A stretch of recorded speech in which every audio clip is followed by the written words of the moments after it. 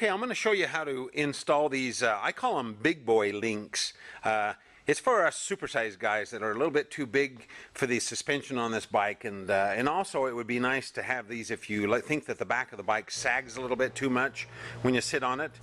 You just want to use these in case you ever hit a huge bump and you don't want that rear tire to bottom out and hit that rear fender, or that butt I call it, on your little cafe bike. So anyway, we're going to get started here. Now these are the things that you're going to need. These are the new links that we sent you in your kit. This is the wrench. We even do a wrench on this because I'll show you that in a little bit. The nut, the bolt head that goes in here is so thin that you might strip it out with a regular wrench. And then you have the 4 O-rings, and then these are the links that we're going to take out. These are the links, the stock links. And then grab yourself a piece of rope, and then you'll need a couple of magazines. That's what I used, or something about a 1/2 inch thick or so, you know, or even a little thicker. We just have to build that kickstand up a little bit higher so that we can get these links in there. And then if you'll notice, these links are really cool. They have engraved on them, they have top and outer side, so that'll really help you when it comes to installing these. Let's get started. Okay, we have 2 of these Ninjas, and when they're on that center kickstand, they both lean a little bit to the right. So what I'm going to do, I'm going to use 2 magazines about 1/4 inch thick. These are my golf magazines. I think Tiger Woods is going to help us out on this. So anyway, what I'm going to do, I'm going to use 2 on the right side, and I'll show you how I'm going to do that. That'll just build the bike up just enough so we can get those links in there. I'll show you how the best way to do this.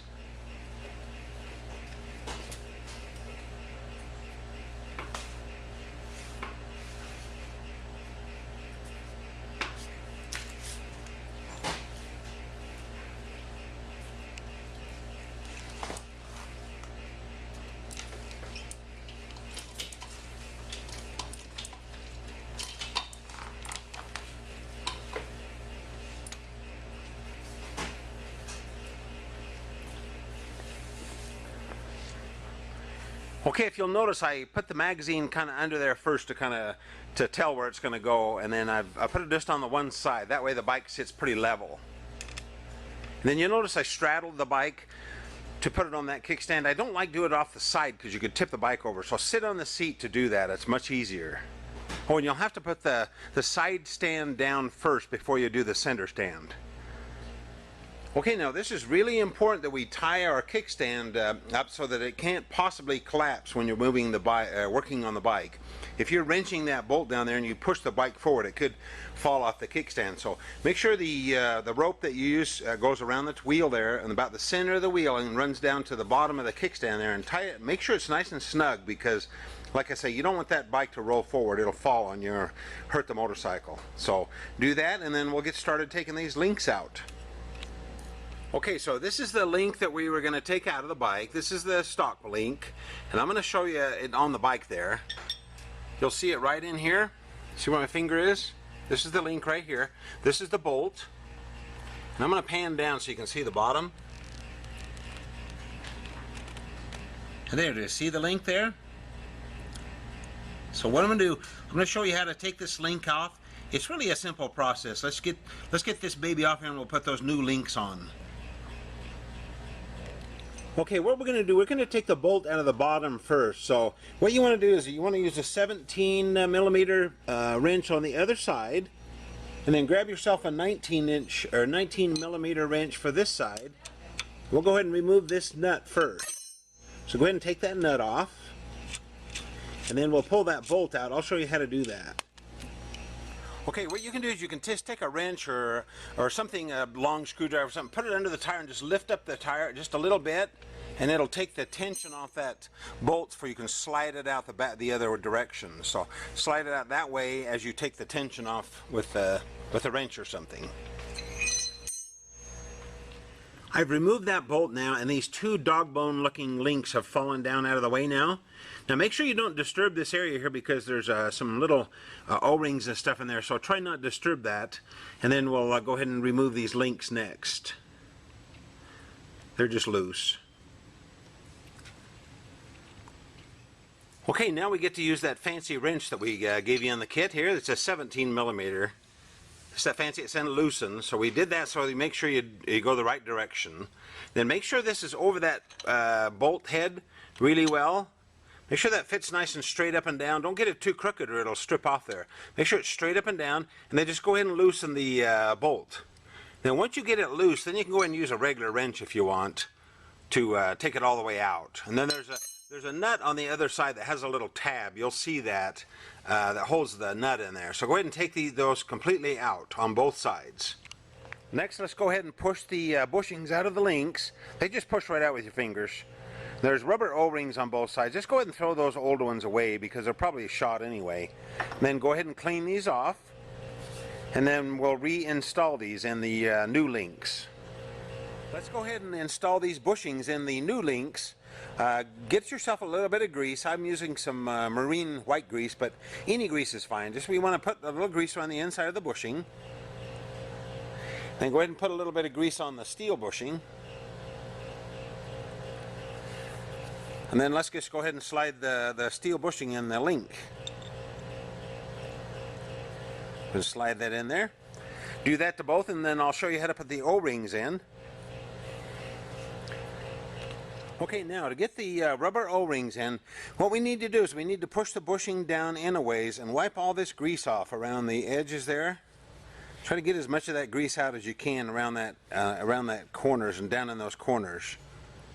Do the same thing on this side. Because if there's much grease in there, then when you push the O-ring in, it's going to act like a hydraulic piston and push the O-ring back out. So go ahead and do that, and then we'll just start working the O-rings down in there. You kind of have to work them in with your fingernails and kind of work around there. It takes a little bit, but they'll finally go in there and seat themselves. Keep working with it. And when you get both sides, then we're going to kind of have to repeat this process just as we slide them in the bike, because sometimes they'll pop out a little bit. Do both sides.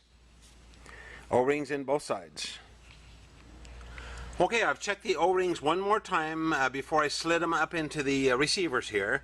So go ahead and slide those up, and then put your nut on the back side and run the bolt in there. You'll have to tighten the bolt into the nut because the nut won't spin because of that little keeper. And then you'll notice it says top on the outside, and then outside on the link. Pretty much can't get them wrong. I'm going to pan down here. And then these are still loose. Even though I've snugged these bolts on the top up a little bit, these are still loose. I'm not going to tighten those up all the way. Just snug them up for now on both sides. And then we'll go ahead and hook the fronts in and we'll be finished.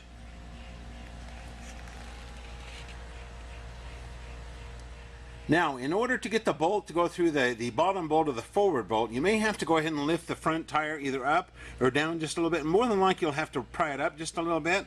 And there again, you put the wrench under there and lift it up. And then as you lift it just a little bit, this bolt will slide through. I'll pan in here. So you want to slide the bolt through the opposite side and through both links. And then you're going to go ahead and put your nut on right here. And make sure as you slide that through there, nothing falls out. You don't want to lose the little rubber booties that are in there to seal the grease inside there. So go ahead and slide that bolt through there. That's what it'll look like. There's your top bolt. Now, for some strange reason, you cannot get this bolt in there. Say the tire won't, you can't get the bolt in. You may actually have to let a little of the air out of the tire in order for it to go down low enough in order to get the bolt through there. So that would be an extreme case, though. You should be okay just to pry the tire up just a little bit off the floor, and the bolt should go through. So go ahead and put that in there. Go ahead and tighten that up, and then go ahead and tighten your top bolts. Go ahead and tighten these up now. You can use the wrench that we gave you. Use that wrench that we gave you to tighten them. Don't be afraid to put some pretty good torque on both those bolts and the nut. And then you should be ready to go. So let's do a final check.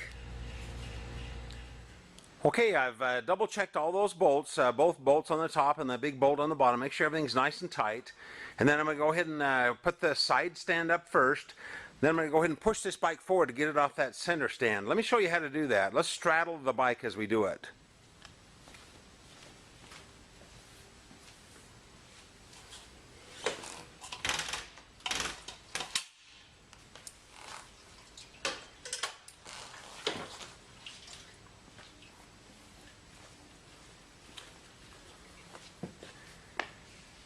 There again, if you straddle the bike like that, it has a lot less chance of dropping it on the right side. So that's kind of the way I do it, just a lot safer.